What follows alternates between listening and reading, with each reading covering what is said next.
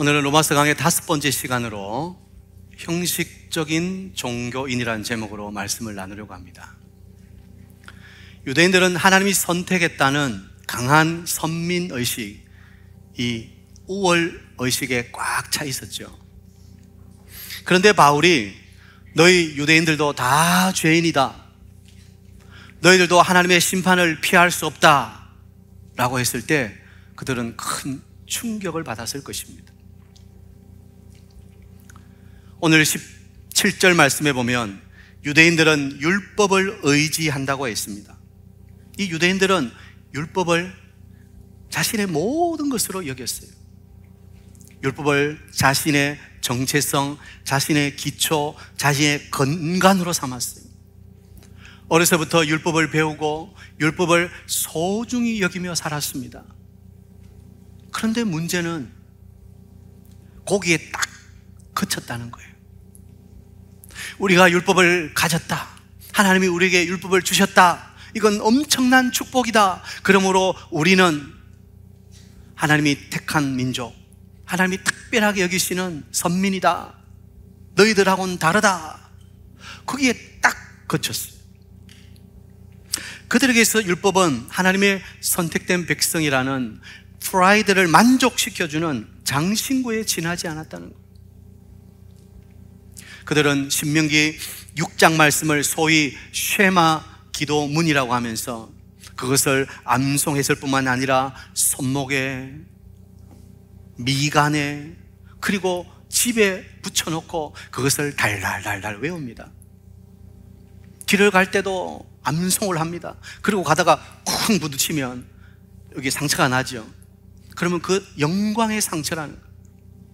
말씀을 암송하다가 부딪혔으니까 이건 거룩한 상처다, 호들갑을 떨어요. 그런데 그들은 그 율법을 하나의 부적처럼 여긴 거예요. 이 율법을 가지고 있으면 하나님의 심판을 받지 않고 구원받는다. 그리고는 그게 끝인 거예요. 율법을 아무리 달달 외우고 암송하면 뭐합니까? 말씀대로 살지를 않는 거예요. 아니 목사님, 유대인들이 얼마나 율법을 철저하게 준수했는데요, 그들이 성경에도 없는 수백 가지의 규율을 만들어서 자기들 나름대로 그래도 철저하게 지키려고 그런 거 아닙니까? 예, 맞습니다.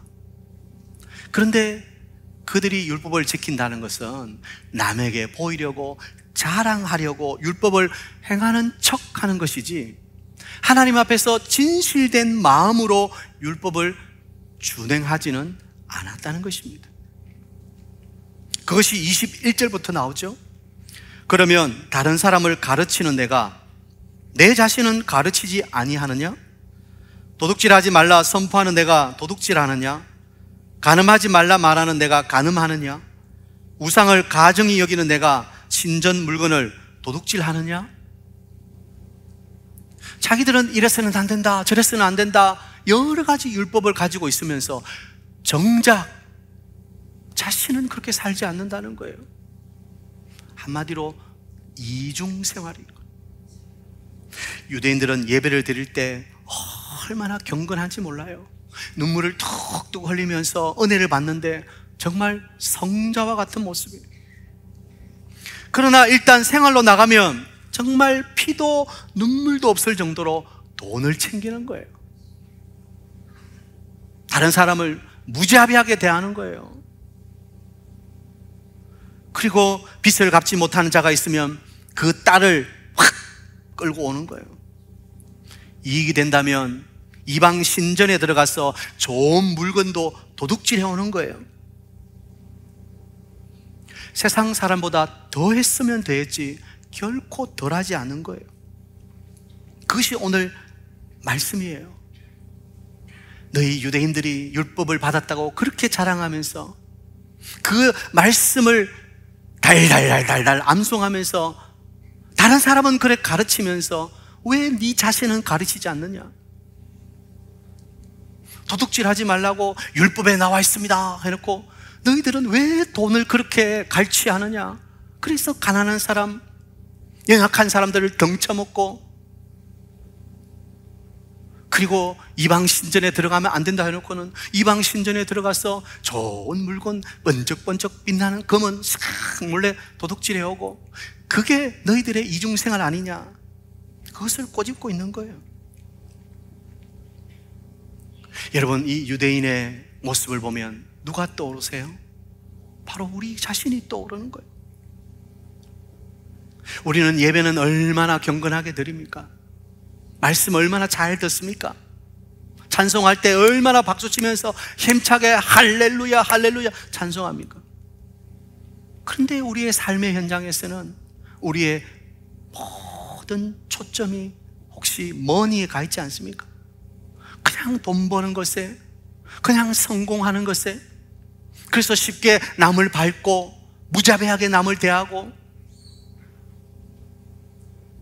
그런다면 우리도 유대인들과 똑같다는 거예요. 그 결과 유대인들이 어떻게 되었습니까? 23절, 24절에 보면 율법을 자랑하는 내가 율법을 범함으로 하나님을 욕되게 하느냐? 기록된 바와 같이 하나님의 이름이 너희 때문에 이방인 중에서 모독을 받는도다. 입만 뻥끗하면 하나님, 선민, 율법 이야기하면서 입으로는 그렇게 거룩한 말 하면서 정작 삶에서는, 행동에서는 거룩하지 못하다는 거예요. 그래서 하나님의 이름이 욕을 먹는다는 거예요. 안타깝게도 이것이 바로 오늘날 우리의 모습이라는 거예요.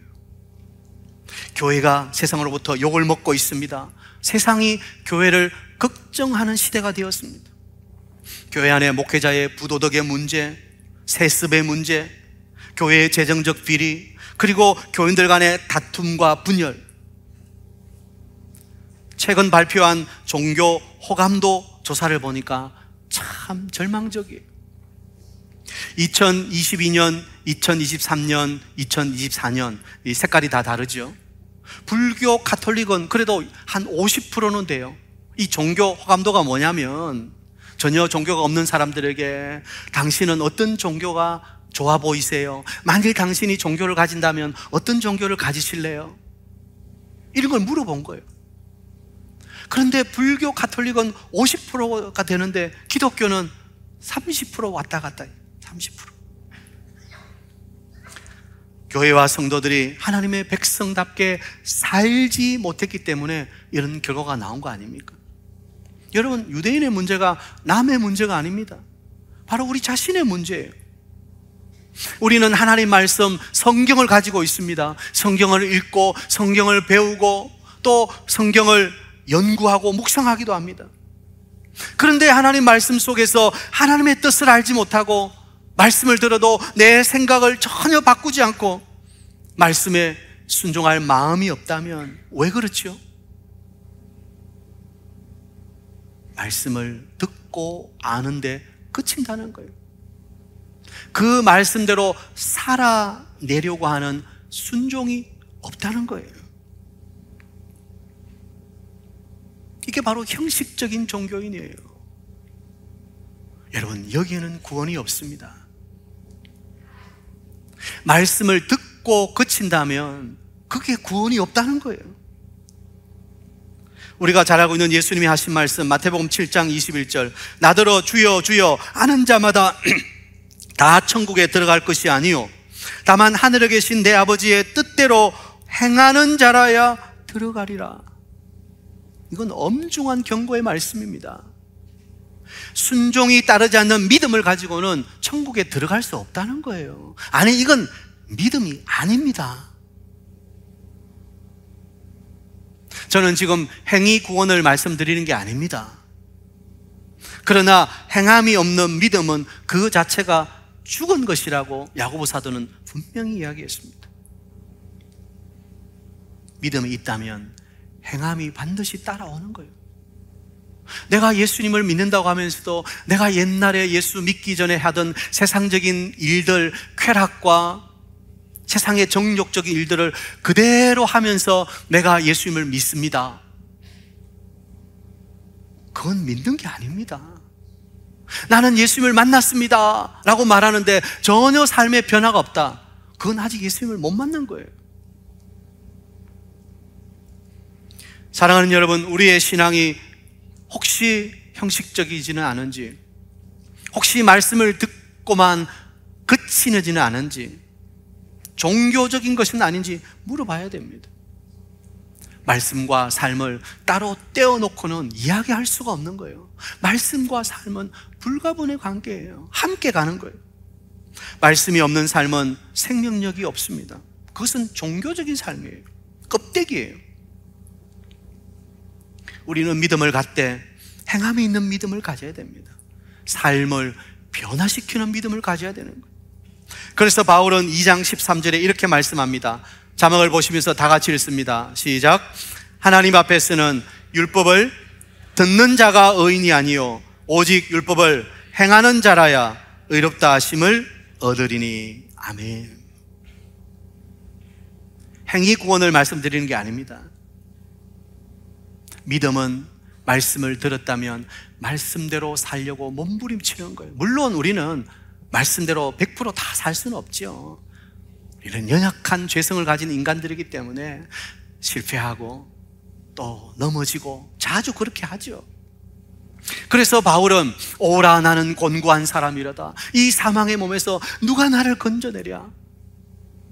내 안에 두 가지의 법이 있어서 하나는 하나님의 법을 막 따라가려고 하는데 또 하나는 육신의 법이 나를 막 끌고 가는 것을, 그 갈등 속에 있는 거죠.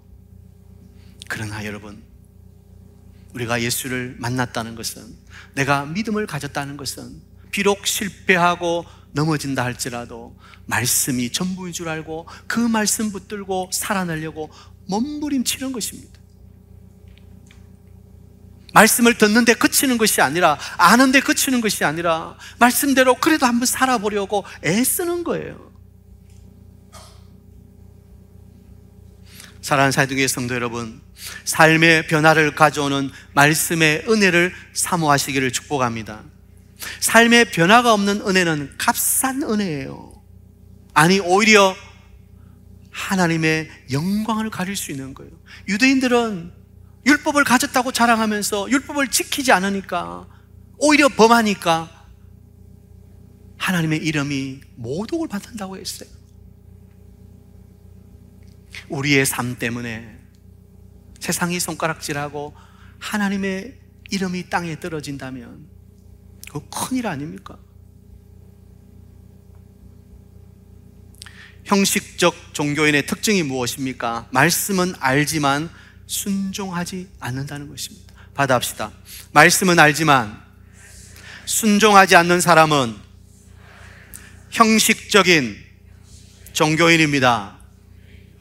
저는 우리 사회동교회 성도님들은 이런 분이 한 분도 없게 되기를 바랍니다. 말씀을 들었다면, 말씀을 안다면 말씀대로 살려고 노력하고 애쓰고 삶에 말씀이 있어야 되는 거예요. 말씀을 듣는 것으로 절대 그쳐서는 안 된다는 것입니다. 유대인들은 형식적인 종교인이었어요.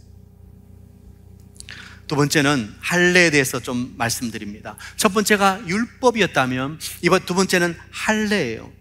25절부터 할례에 대해서 이야기하고 있죠. 여러분, 할례가 뭡니까? 우리가 아는 대로 잘라내는 거예요. 단절시키는 거예요. 하나님께서 그 할례를 통해서 너희들은 나의 백성이다, 그 표로 할례를 주셨습니다. 결국 할례는 하나님의 백성 되었다는 표요 의식입니다. 그런데 유대인들은 할례를 너무나 귀하게 여긴 나머지 오해를 했죠. 할례만 받으면 자동적으로 구원받는다고 착각했던 것입니다. 할례를 구원의 수단으로 여긴 거예요. 아주 우스운 얘기가 있습니다. 할례를 행한 유대인들은 자기 몸에 천국행 티켓을 가졌다고 생각한 거예요. 그래서 자기가 죽고 나면 심판대 앞에 설 때 아브라함이 거기 있어서 네 할례 받았니 안 받았는지, 할례를 보고 천국 갈 건지 지옥 갈 건지를 결정을 해준다는 거예요. 할례 받은 사람은 지옥 가지 않게 아브라함이 지켜준다고 믿었다는 거예요. 얼마나 어처구니 없습니까? 그런데 오늘 바울은 25절에서 충격적인 말을 하는 거예요. 내가 율법을 행하면 할례가 유익하나 내가 율법을 범하면 내 할례가 무할례가 되었느니라. 할례 받았다 안 받았다 그게 중요한 게 아니라 지금 중요한 건 뭐라고요? 말씀대로 살아내느냐 하는 거예요. 여기 율법을 지킨다는 말은 오늘 우리로 적용하자면 하나님 말씀대로 살려고 애쓰고 노력하고 있느냐. 할례가 중요한 것이 아니라 의식이 중요한 것이 아니라 겉모양이 중요한 것이 아니라 하나님의 말씀을 온전히 붙들고 지키는 자라야 참 하나님 백성이 될 수 있다는 거예요. 다시 말하면 교회에 나온다고 다 구원받은 사람이 아니라는 거예요. 우리는 자꾸 착각을 합니다. 교회에 나가면 구원받는다. 물론 전혀 틀린 말은 아니죠. 교회에 자꾸 나오다 보면, 말씀을 듣다 보면 예수님을 알게 되고 만나게 됩니다. 그럴 가능성이 많죠. 그러나 교회에 나온다는 자체가 내가 구원받았다는 게 아닙니다. 할례 받았다는 것 자체가 구원받은 게 아니듯이 하나님은 겉모양을 보시는 분이 아니라 마음 중심을 보시는 거예요.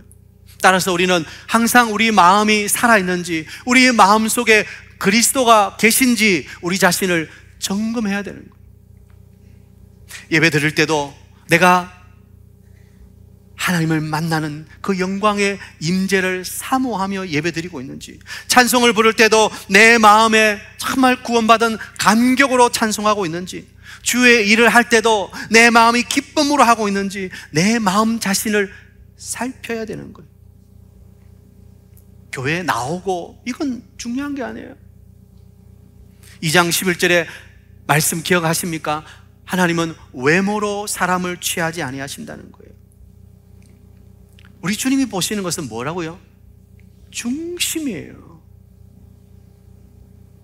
사무엘상에서도 말씀하셨잖아요. 사람은 외모를 보거니와 나 여호와는 중심을 본다는 거예요. 우리의 마음이 중요하고 우리의 순종이 중요하다는 거예요.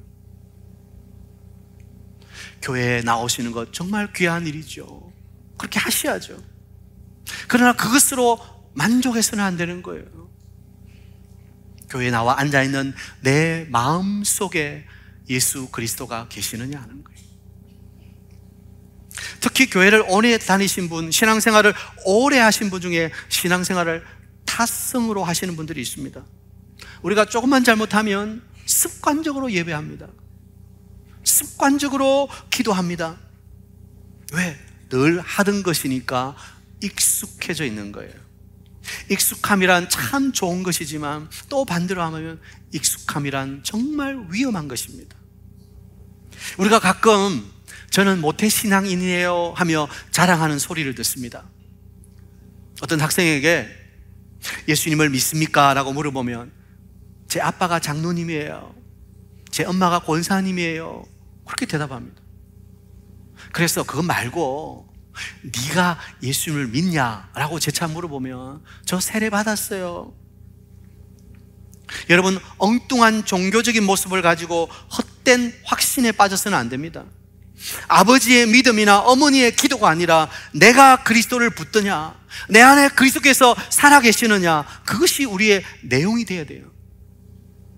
내가 교회에 나오냐, 그건 어쩌면 형식이에요. 내 안에 예수 그리스도가 계신지를 살펴보아야 돼요. 오늘 28절, 29절 세 번역으로 읽어드리면 이렇습니다. 겉모양으로 유대 사람이라고 해서 유대 사람이 아니요, 겉모양으로 살갗의 할례를 받았다고 해서 할례가 아닙니다. 오히려 속 사람으로 유대 사람인 이가 유대 사람이며 율법의 조문을 따라서 받는 할례가 아니라 성령으로 마음에 받는 할례가 참 할례입니다. 이런 사람은 사람에게서가 아니라 하나님에게서 칭찬을 받습니다. 여러분, 마음의 할례가 무엇입니까? 마음에 받는 할례가 무엇입니까? 할례는 베는 것이라고 말씀드렸습니다. 도려내는 것이라고 말씀드렸습니다. 우리 마음속에 자리 잡고 있는 육신적인 정욕과 교만과 죄를 도려내야 되는 거예요. 근데 그것은 무엇으로 가능합니까? 성령으로만 가능한 거예요. 우리 안에 마음의 할례는 성령으로 받는 것입니다. 성령이 우리 안에 오시는 것입니다. 성령이 내 안에 내주하시는 것입니다. 성령으로 마음의 변화를 받아야 되는 거예요. 성령으로 아니하고서는 예수를 주시라 할 수 없습니다. 성령이 임하면 예수님을 나의 왕, 나의 주라고 고백할 수 있게 되는 것입니다. 저는 여러분 마음에 성령이 임하게 되기를 축복합니다. 성령으로 변화되시기를 축복합니다. 우리의 겉모습이 아니라 우리의 속사람이 변화되어야 되는 거예요. 그래서 바울은 에베소서 3장 16절에 그의 영광의 풍성함을 따라 그의 성령으로 말미암아 너희 속사람을 능력으로 강건하게 하시오며, 우리의 속사람을 강건하게 하시는 분은 성령이십니다. 성령으로 아니어서는 안 되는 거예요. 오늘 우리의 심령 가운데 성령이 계시는지 우리는 점검해 봐야 되는 거예요. 오늘 예배하는 사랑하는 사이통의 성도 여러분, 여러분 심령에 성령이 계십니까? 성령은 어떤 불바람처럼 그냥 이런 게 성령이 아니에요. 성령은 인격적인 하나님이십니다. 그분은 우리 안에 오셔서 우리의 생각과 우리의 마음을 변화시키시고 예수 그리스도를 나의 주로 영접하게 하시고 그분의 보혈의 능력으로 우리의 모든 죄를 씻어주시는 능력의 영이십니다. 그래서 형식적인 종교인은 자꾸 내면보다는 외면을 중요하게 여기는 거예요. 그래서 내 마음에 성령이 계시느냐, 그건 별로 안 중요해요. 자꾸 겉으로 드러나는 활동, 어떤 형식, 눈에 보이는 현상에 자꾸 집중하게 되는 거예요. 그건 형식적인 것입니다. 받아합시다. 형식적인 종교인은 내면보다는 외면을 더 중요하게 생각하는 사람입니다. 여러분, 사람을 볼 때 그 사람의 겉모양을 보고 판단해서는 안 되죠. 사람의 인격이 중요한 것이죠. 그건 마찬가지로 사람에겐 성령이 계시다는 사실을 기억하고 그 사람을 볼 때 그 안에 계시는 하나님을 볼 수 있어야 되는 거예요. 저는 우리 사회적의 모든 성도님들이 외형적인 형식적인 종교인이 아니라 내면 속에 예수 그리스도를 여러분의 구주로 모시고 성령의 충만함으로 변화된 속사람이 강건한 내용이 꽉 차 있는 여러분 되시기를 축복합니다. 말씀을 정리하겠습니다. 이제 우리는 유대인의 잘못을 우리의 삶 속에 재현해서는 안 됩니다.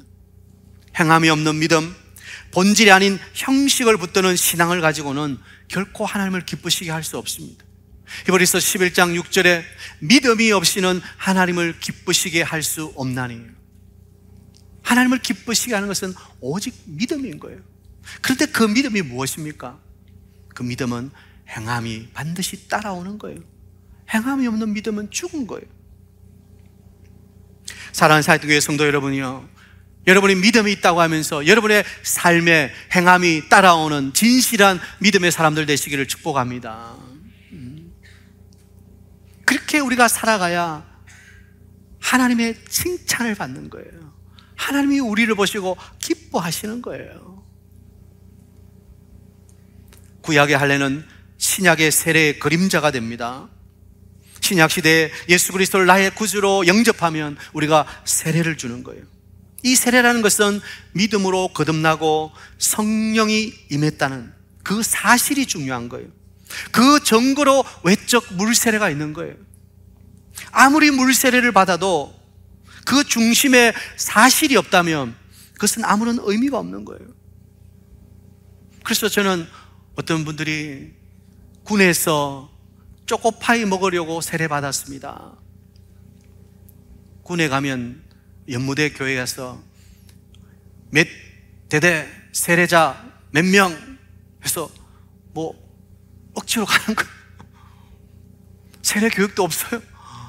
그냥 가서 초코파이 주고 콜라 주면 그거 좋아가지고 가서 세례 받는. 군에서 그런 세례 받았다면 다시 받는 거예요. 진정으로 내 마음속에 예수 그리스도를 나의 구주로 영접하고 성령께서 내 안에 계시는 것을 믿음으로 성령 세례를 받아야 돼요. 사랑하는 성도 여러분, 너무나 많은 분들이 종교성으로 구원받는다고 생각합니다. 교회에 계속 나오면 괜찮다고 생각합니다. 제가 앞에서도 말씀드렸습니다. 교회에 계속 나오셔야죠. 교회에 나오시면 말씀을 듣고 예수님을 만날 가능성이 많습니다. 예수님을 믿게 되죠. 그러나 내가 교회에 나왔다는 자체가 구원을 보장하지는 않습니다. 교회 다닌다고 안심하지 마세요. 예수 그리스도를 나의 구주로 믿어야 안심하는 것입니다. 예수님은 나의 구원이십니다. 헛된 종교심으로 행위와 전통과 익숙함의 구원이 있지 않습니다. 구원은 오직 예수 그리스도의 이름에 있습니다. 그분을 믿으시기 바랍니다. 그분 안에 죄 씻음과 중생이 있습니다. 요한복음 3장에서 니고데모를 만나신 예수님은 성령으로 거듭나지 않으면 하나님 나라에 들어갈 수 없다라고 말씀하셨습니다. 여러분은 성령으로 거듭나셨습니까? 여러분 안에 예수 그리스도가 계십니까? 아이고 목사님, 로마서 강의하면서 그 말이 그 말 같고 그 말이 그 말 같고 계속해서 반복되는 말 같은데요. 왜? 맞습니다. 지금 바울이 계속해서 강조하는 것은 우리 모두는 다 죄인이라는 것입니다. 죄인에게는 오직 예수 그리스도만이 유일한 구원의 길이라는 것입니다. 어떤 혜택도 의미가 없는 거예요. 아버지가 그래서 모태신앙 하는데 사실은 이 단어가 틀렸다고 말하죠. 모태출석이라고 말해야지 모태신앙이 어딨냐는 거예요. 모태출석이 정확한 단어라는 거예요. 부모님이 예수 믿었다고 자동적으로 구원받는 거 아닙니다. 내가 예수 그리스도를 나의 구주로 영접해야 되는 거야. 내 아내가 교회 다닌다고 남편이 자동적으로 구원받는 거 아니에요. 여보, 당신 천국 갈 때 내가 당신 치맛자락 좀 붙잡고 갈게. 교회 가서 나를 위해서 열심히 기도해줘. 그게 안 통하는 거예요. 누구든지 예수 그리스도를 나의 구주로 영접해야 돼요. 오늘 산부 예배 나오신 우리 모든 사이등교회 성도님들, 예수 그리스도를 여러분의 구주로 영접하시기를 축복합니다. 그래서 여러분 모두가 하나님의 자녀로 영원한 천국 백성으로 이 놀라운 은혜를 누리는 여러분 다 되시기를 바랍니다.